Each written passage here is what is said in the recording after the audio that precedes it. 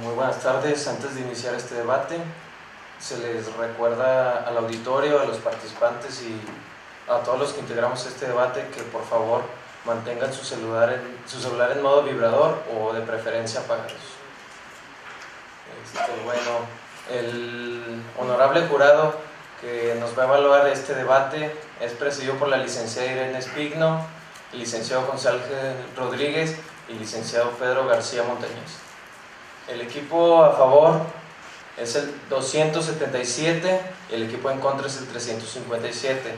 Y el tema a debatir va a ser el siguiente: ¿las parejas del mismo sexo deben tener los mismos derechos que las parejas heterosexuales? Bueno, sin más por el momento, ¿se encuentran listos los participantes? Bueno, les cedo la palabra al equipo a favor. Los derechos humanos son cartas de triunfo de las minorías. Ronald Dworkin. Nos encontramos aquí para establecer que a las parejas del mismo sexo les deben de asistir los mismos derechos que a las parejas heterosexuales. A fin de profundizar en el tema y presentar una visión holística del mismo, resulta oportuno partir de la filosofía de los derechos humanos, la cual establece una premisa incontrovertible. La base y fundamento de los mismos es la dignidad humana. Y esto nadie, pero nadie, puede legítimamente impedirlo. Hablamos pues de un principio superior que ningún ordenamiento puede negar, ni mucho menos desconocer, ya que el respeto a la dignidad humana irradia la libertad y la igualdad mismos que se verán concretados en derechos humanos. Esta convicción, parte toral del Jus Cogens internacional, se robusteció por parte del Estado mexicano a partir de la reforma constitucional en materia de derechos humanos del 10 de junio del 2011, y establece en el artículo primero constitucional que la base y fundamento del ordenamiento jurídico mexicano es la dignidad humana. Aunado a lo anterior, el artículo primero establece como principios el de igualdad y el de no discriminación, así como el canon hermenéutico pro persona. En este entendido, en México no caben visiones decimonónicas ancladas en la desigualdad y en la discriminación, que lo único que provocan es flagelar la dignidad humana. Es pues que la reforma de junio de 2011 en México representa per se una revolución copérnica en el paradigma mexicano jurídico. Es decir, que aunado a lo anterior podemos sostener que a las parejas heterosexuales y las integradas por parejas del mismo sexo les asisten los mismos derechos económicos, civiles, políticos, sociales y culturales. Estas marcadas primero en el Pacto Internacional de Derechos Civiles y Políticos y en la Convención Americana sobre Derechos Humanos, además del Pacto Internacional y del Protocolo de San Salvador sobre Derechos Políticos, Económicos y Sociales. Aunado a todo esto, el Hard Law Internacional nos provoca una mayor proyección de estos derechos. Los podemos enunciar como los migratorios, de identidad, de honra, de dignidad, de igualdad, de propiedad privada, entre muchos otros. Una gama de derechos establecida en el orden internacional. En este orden resulta conveniente precisar que el goce y ejercicio de estos derechos antes descritos se parten de un presupuesto básico, que es que sea reconocida esta unión jurídicamente. Esto a través del matrimonio y sus derechos correlativos e interdependientes, como lo es el derecho a la adopción. Estos derechos, que dicho sea de paso, una carta de triunfo de la comunidad homosexual en México, fueron reconocidos por la Suprema Corte de Justicia de la Nación a través de la resolución de la acción de inconstitucionalidad 2 del 2010. Precisando lo anterior, podemos concluir sólidamente que a las parejas homosexuales o del mismo sexo les deben de asistir los mismos derechos que a las parejas heterosexuales. Sostener lo contrario sería flagelar la dignidad humana. Gracias. Deteniéndose el tiempo, se hace el uso de la voz al equipo encargado. Honorables jueces, ilustre equipo contrario y público que nos acompaña, muy buenos días. Mi nombre es Fernando Gustavo Roosevelt y junto con Ricardo Juárez Laviada demostraremos que las parejas homosexuales no deben tener los mismos derechos que las parejas heterosexuales. El derecho a la igualdad, tal como citó el equipo contrario, contenido en el artículo 1 de la Constitución y 24 de la Convención Americana sobre Derechos Humanos, señala que todos debemos ser tratados de la misma manera cuando nos encontremos bajo el mismo supuesto normativo. Porque en una sociedad democrática es válido el establecer distinciones entre los derechos de unas personas y otras. El principio de no discriminación establece que estas distinciones deben de tener un carácter objetivo y razonable. La Corte Interamericana de Derechos Humanos ha señalado, puntualmente en el caso Artavia Murillo en contra de Costa Rica, que no todo trato diferenciado es per se violatorio de derechos humanos, sino que existen distinciones y discriminaciones. Una distinción es un trato diferenciado, como he mencionado, tiene carácter objetivo y razonable y que es compatible con la Constitución y con la Convención Americana sobre Derechos Humanos. Por el contrario, una discriminación es un trato diferenciado arbitrario y por lo tanto violatorio de derechos humanos. Atendiendo a lo señalado por Luigi Ferraioli, los estados democráticos deben de hacer una igual valoración jurídica de las diferencias, es decir, deben de otorgar las mismas garantías a sus sujetos, mas nunca igualar a las personas, sino que reconociendo las diferencias, permitir que todos tengan el mismo acceso a la vida social. Por lo que un estado tiene la posibilidad de otorgar tratos diferenciados a las personas, siempre y cuando se persigan motivos objetivos y razonables establecidos en una legislación y que sean compatibles con la Constitución y con la Convención Americana de Derechos Humanos. Yo le pregunto al equipo contrario, ¿es discriminatorio, contrario al principio de igualdad, que a las mujeres se les garantice el 50% de los lugares en el Congreso? ¿O acaso fueron discriminatorias las políticas tomadas por los Estados Unidos de Norteamérica para poner en igualdad de condiciones a las personas afroamericanas, después de que las mismas habían sido discriminadas durante años? Existen muchos motivos por los que es necesario señalar que en una sociedad democrática se deben de establecer distintos derechos entre un grupo de personas y otros. Y más aún, si estos grupos de personas han sido históricamente discriminados y marginados, como las mujeres, las personas con discapacidad, los afroamericanos, los pueblos indígenas y las parejas homosexuales. Por lo tanto, es nuestra obligación señalar que las parejas homosexuales no deben de tener los mismos derechos que las parejas heterosexuales, pues las mismas constituyen un grupo que ha sido históricamente marginado. Y es necesario emprender políticas legislativas y gubernamentales para terminar con la discriminación que atenta en su contra. Y a diferencia de lo señalado por el equipo central, es posible e incluso necesario sostener que las parejas homosexuales no deben tener los mismos derechos que las parejas heterosexuales. Los cuales. Muy bien, se le cede el uso de la voz al equipo a favor.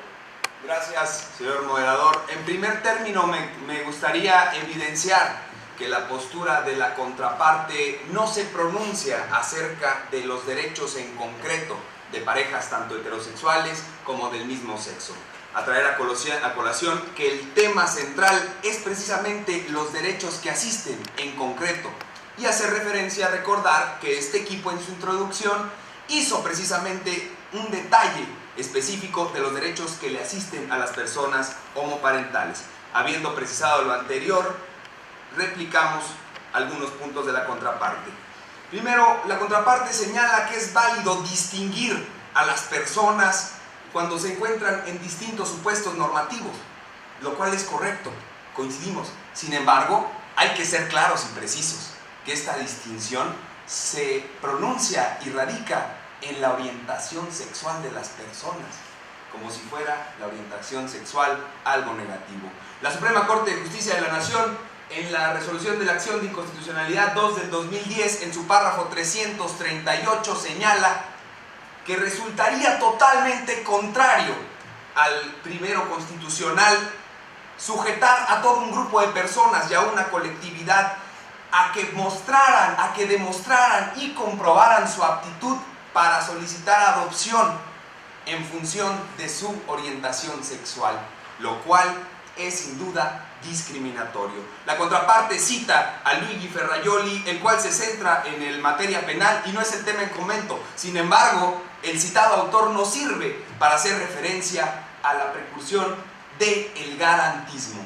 Garantizar los derechos y protección a todas las personas, independientemente de su orientación sexual. También la contraparte señala que es menester del Estado tutelar el acceso a la vida social en cualquier forma. Es correcto, es por eso que estamos en esta mañana aquí defendiendo que las parejas homoparentales deben tener los mismos derechos que las heterosexuales. También la contraparte hace referencia a que si es o no equitativo o no discriminatorio la perspectiva y el enfoque de género que se ha venido introduciendo en las políticas de nuestro país. No es el tema en comento, compañeros. El tema aquí es sobre las parejas homoparentales y no sobre el enfoque de perspectiva de género en materia política. También la contraparte afirma que los homosexuales y las parejas homoparentales han sido históricamente marginados y discriminados, lo cual es completamente cierto, pues en el estudio de 2010, la Encuesta Nacional contra la Prevención de la Discriminación del CONAPRED establece que 1 de cada 2 personas homosexuales o lesbianas sustentan que su principal problema es la discriminación. 1 de cada 2. La pregunta es, ¿la contraparte acaso está legitimando dicha marginación? No lo creo. Y para concluir esta réplica, solo evidenciar de nuevo que la contraparte no se ha pronunciado explícitamente sobre las consecuencias jurídicas que esta mañana debatimos. Gracias.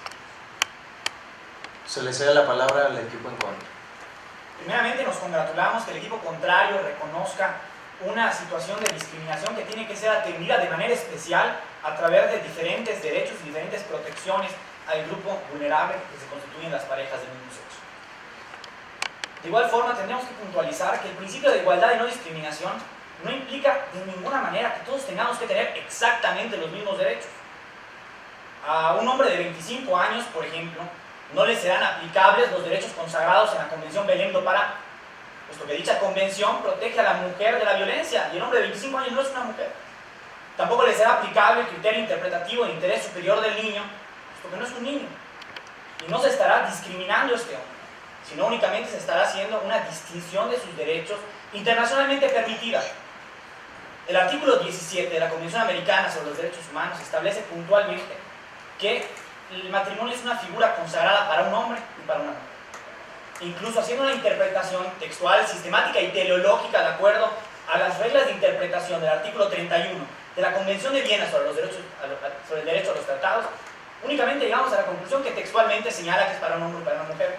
Sistemáticamente es la única restricción en su tipo dentro de la Convención, de lo cual podemos inferir la intencionalidad.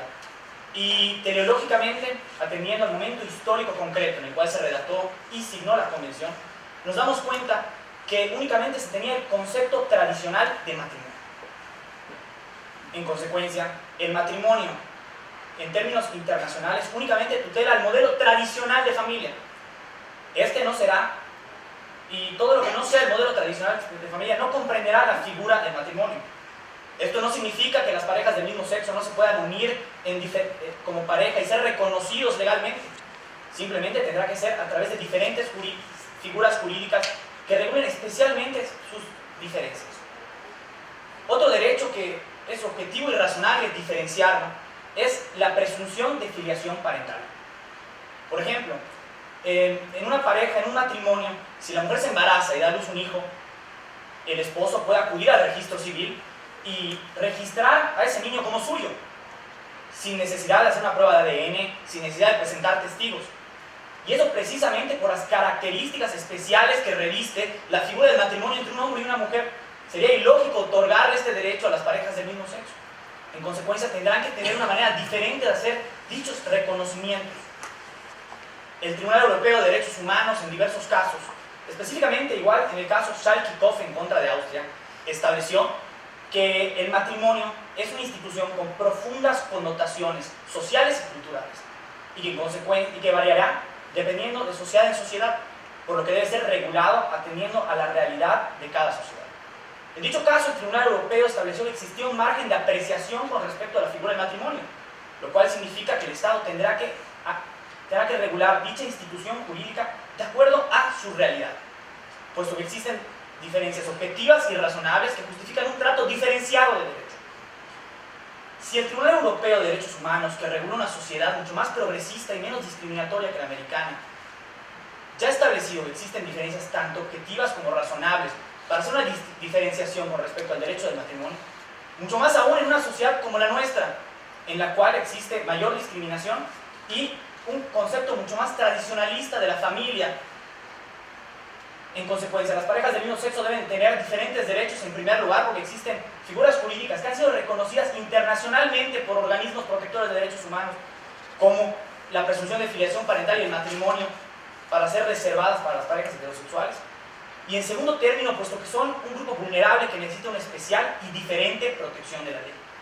¿O acaso el equipo contrario sostiene que el principio de igualdad y no discriminación implica dejar en estado de indefensión a un grupo que ha sido históricamente vulnerable? ¿Acaso el Estado debe ignorar su deber de garante de protección de derechos humanos hacia los grupos más desprotegidos? Es cuanto. Se le cede el uso de la voz para su tercera intervención al equipo a favor. En virtud de esa misma obligación del Estado de proporcionar protección a los grupos más vulnerables, es que se vulnera el principio de igualdad, posicionándolos en una distinción. Hay que tener cuidado cómo precisamos los conceptos y cómo tratamos de divagar en los mismos, ya que el equipo contrario cita acciones afirmativas para grupos históricamente discriminatorios como lo son las parejas del mismo sexo. Déjenme actualizarlos a ustedes, ya que referir que la publicación reciente por el Distrito Federal a la reforma a la ley para prevenir y erradicar la discriminación tipifica los actos homófobos y lesbófobos que prohíben los actos en el odio y discriminación hacia este sector históricamente discriminado. Aunado a lo anterior, establecen como base fundamental el caso Schalke-Kopf versus Austria. Permítanme también decirles que este caso relevante histórico del Tribunal Europeo no fue vinculatorio para el Estado de Austria, ya que este fue el que se supuso por encima del tribunal y no fueron recomendaciones vinculatorias. Para el mismo hay que tener ese contexto muy claro, que no es necesario repetirlo. Asimismo, hace referencia a la sentencia de la Corte Interamericana de Derechos Humanos en el caso de Atala Rifo versus Niña Chile, el cual quiero hacerlo vinculante sobre la contradicción de tesis 293-2011 para hacerlo como una sentencia obligatoria para el Estado mexicano, el cual establece en su párrafo 119 lo siguiente: que la Corte considera que para justificar una diferencia de trato y la restricción de un derecho no pueden servir de sustento jurídico la alegada posibilidad de discriminación social, probada o no, respecto a la identidad. Queda con esto comprobado que sus argumentos de distinciones objetivas y razonables no se cumplen en función de estas condiciones. Asimismo, permítanme decirles que la misma Suprema Corte de Justicia de la Nación, a través de la acción de inconstitucionalidad 2 de 2010, recalcamos, ha establecido el matrimonio y la adopción homoparental como derechos de este sector de la sociedad. Asimismo, hacer notar que en el segundo ciclo del mecanismo del examen periódico universal, en la respuesta del Estado mexicano, se externó la posición del mismo Estado mexicano al reconocimiento y la protección del derecho de toda persona a contraer el matrimonio. Hoy nos encontramos en un Estado el cual pretende una interpretación viva hacia la mayor protección de los derechos humanos. Interpretar esto nos va a permitir saber que las parejas del mismo sexo deben de tener los mismos derechos que las parejas heterosexuales. Gracias. Muy bien, se le cede el uso de la voz al equipo en contra para su tercera intervención. Nos congratulamos que el equipo contrario siga sosteniendo la discriminación que existe en nuestro país para las parejas homosexuales. Complementando lo que han mencionado, citaré algunos datos de la encuesta nacional sobre discriminación realizada en el 2010 por la CONAPRED, que mencionaban que ser homosexual en México es la tercera causa de discriminación, que 7 de cada 10 personas homosexuales consideran que en algún momento de su vida han sido discriminados y no han sido respetados sus derechos. De igual manera, y algo más alarmante aún, es que México ocupa el segundo lugar a nivel mundial en crímenes de odio. En atención al anterior, la Comisión Interamericana de Derechos Humanos dictó hace algunos meses medidas cautelares a favor de Agustín Humberto Estrada Negrete, defensor de los derechos humanos de las personas homosexuales. Lo anterior connota, de igual manera como ha afirmado el equipo contrario, que el Estado mexicano debe de proteger de manera especial a este grupo que ha sido vulnerado históricamente, otorgando distintos derechos que garanticen que estas personas progresivamente dejarán de ser discriminadas. De igual manera, las tesis que han citado todo el equipo contrario, tanto la acción inconstitucional 2-2010 como la amparo de la revisión 581-2012, son precisamente eso, tesis aisladas, que hasta el día de hoy no constituyen un criterio vinculante. De ahí que en este momento la discusión sobre los derechos de las parejas homosexuales sigue en pie. Y en relación a lo afirmado por el equipo contrario, en cuanto al caso Chaltikov en contra de Austria, el Tribunal Europeo de Derechos Humanos se mencionó hace algunos meses, en julio de 2014, en el caso Hamailana en contra de Finlandia, sobre el hecho de que es posible que los estados reconozcan a través de distintas instituciones jurídicas, como las uniones de hecho o las sociedades en convivencia, a las familias conformadas por parejas homosexuales. En ningún momento afirmamos que las familias homosexuales no deban de ser protegidas. Por supuesto que sí, pero deben de ser protegidas a través de distintas instituciones. El Tribunal Europeo no condenó al Estado de Finlandia por hacer esta distinción al considerar que era proporcional el hecho de que se protegiera a la familia a través de una unión de hecho y al mismo tiempo se respetara la idiosincrasia del Estado finlandés. En ese sentido, tribunales jueces reiteramos que las parejas homosexuales no deben de tener los mismos derechos que las parejas heterosexuales. Debido a la situación de vulnerabilidad que enfrentan, es necesario establecer distinciones, distintos derechos para protegerlas. Se le recuerda a los equipos ponentes que es el cuarto turno y pueden compartir el uso de la voz entre ustedes oradores. Bueno, se le cede el uso de la voz al equipo a favor. Gracias, moderador.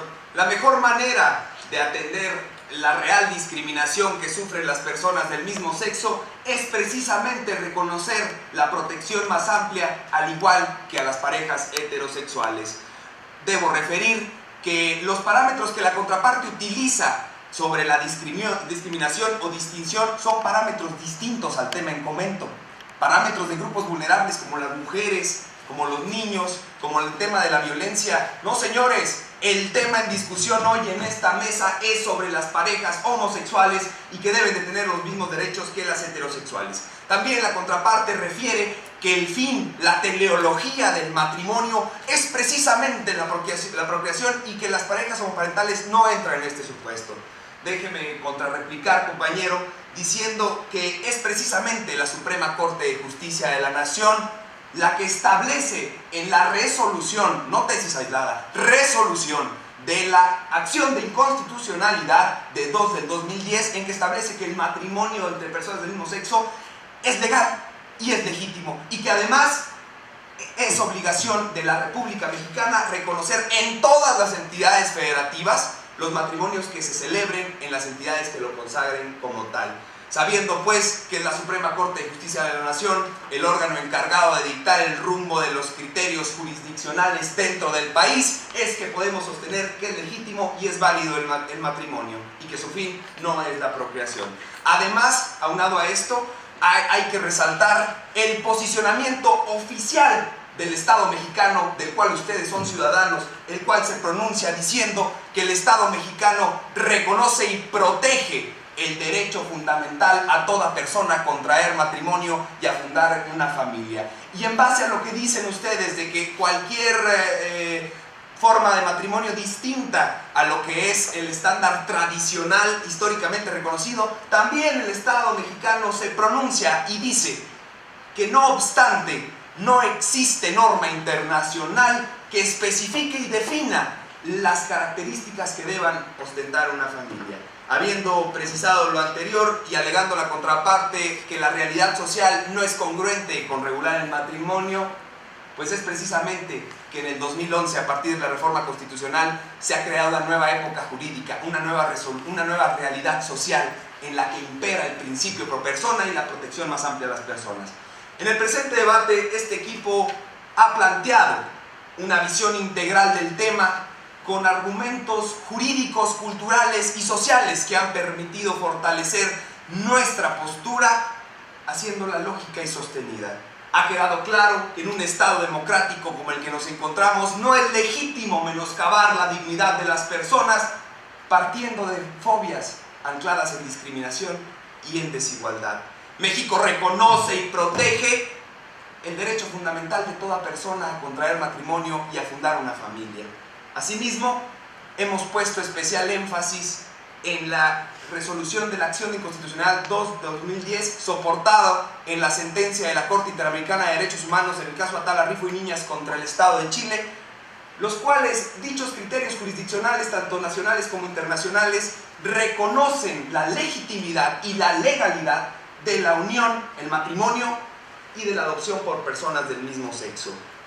Por tanto, por los argumentos anteriormente expuestos y basados con un enfoque multidisciplinario, es necesario concluir que las parejas del mismo sexo deben tener los mismos derechos que las parejas heterosexuales y que sostener lo contrario significaría sin duda vulnerar el pilar del orden jurídico y el espíritu del Estado, que es precisamente salvaguardar la dignidad humana. Es cuanto. Se le cede el uso de la voz al equipo en contra. Nos congratulamos de manera especial en relación que el equipo contrario siga sosteniendo el hecho de que existe discriminación en nuestro país en contra de las parejas homosexuales y que por eso deben de acceder a los mismos derechos. Sin embargo, debemos de recordar al equipo contrario la necesidad por parte del Estado mexicano de establecer distinciones en cuanto a un grupo vulnerable. Por caso pretende el equipo contrario, y cito como un ejemplo, que eliminemos a los traductores que ayudan o coayudan a las personas indígenas al momento de llevar un procedimiento para así ponernos en igualdad a todos. No, por supuesto que no. Es válido realizar distinciones. De igual manera, traemos a colación específicamente un caso en relación al derecho comparado, tomando en cuenta a la Corte Suprema de los Estados Unidos, la cual en ningún momento obliga a los estados de la Unión Americana a poner como o establecer como obligatorio el matrimonio, sino que dependiendo de la idiosincrasia de cada estado, ellos decidirán si deben o no deben establecer el matrimonio para las parejas del mismo sexo. Reiteramos, esto no significa que las parejas homosexuales no deban de ser protegidas, por supuesto que sí, pero a través de distintas instituciones y de distintos derechos.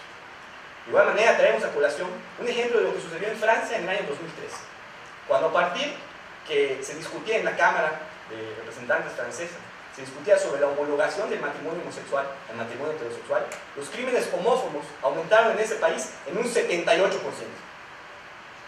lo cual nos deja en claro el hecho de que si una sociedad más avanzada como la francesa aún continúa luchando en contra de la discriminación, es precisamente que el Estado mexicano debe de optar por medidas que distingan entre los derechos de un grupo y otro, para así proteger la especial situación de vulnerabilidad que las parejas homosexuales se enfrentan hoy en día. Honorables jueces, estamos terminantemente en contra de todo tipo de discriminación. Todas las personas somos efectivamente iguales en nuestra calidad de seres humanos. Sin embargo, dentro de esa igualdad que tenemos todos como personas, existen innumerables diferencias que justifican hacer distinciones de derechos. Sería ilógico suponer que en una sociedad con tan diversos grupos de personas todos tuviéramos que ser regulados igual y exactamente. Por lo que hombres y mujeres, niños y adultos, homosexuales y heterosexuales, tenemos que tener algunos derechos diferenciados, tal como la figura del matrimonio, el cual del artículo 12 del Convenio Europeo, así como del artículo 17 de la Convención Americana, se establece como una institución para un hombre y para una mujer. ¿O acaso pretendería el equipo contrario sostener que dos de los instrumentos más protectores de derechos humanos son discriminatorios? Dichos instrumentos únicamente hacen una distinción aceptada por el derecho internacional de los derechos humanos. Y esto no significa que no se esté protegiendo a la familia, pues como el Tribunal Europeo de Derechos Humanos sostuvo en el caso Hämäläinen en contra de Finlandia, ellos podrán tener diferentes figuras que los protejan de manera especial de acuerdo a la situación concreta y real de cada sociedad. De igual forma, el Tribunal Europeo de Derechos Humanos, en el caso Freté contra Francia, estableció en cuanto a la adopción que era posible que los estados atiendan a su realidad para velar por el interés superior del niño. No podemos cegarnos, vendarnos los ojos y mediante limitados argumentos sobre el principio de igualdad y no discriminación, regular a todas exactamente iguales. Existen motivos que justifican hacer distinciones de derechos y las hacen necesarias, y que de no hacerlas dejaríamos en vulnerabilidad a distintos grupos de personas. Honorables jueces, la única manera que tenemos como sociedad de progresar es finalmente reconociendo y aceptando nuestras diferencias, para que todos juntos podamos finalmente sentar las bases de una sociedad más plural y más igualitaria. Es cuanto. Concluidos los turnos por los dos equipos ponentes, les solicito por favor y al público en general que puedan retirarse de la sala para que el jurado realice la deliberación.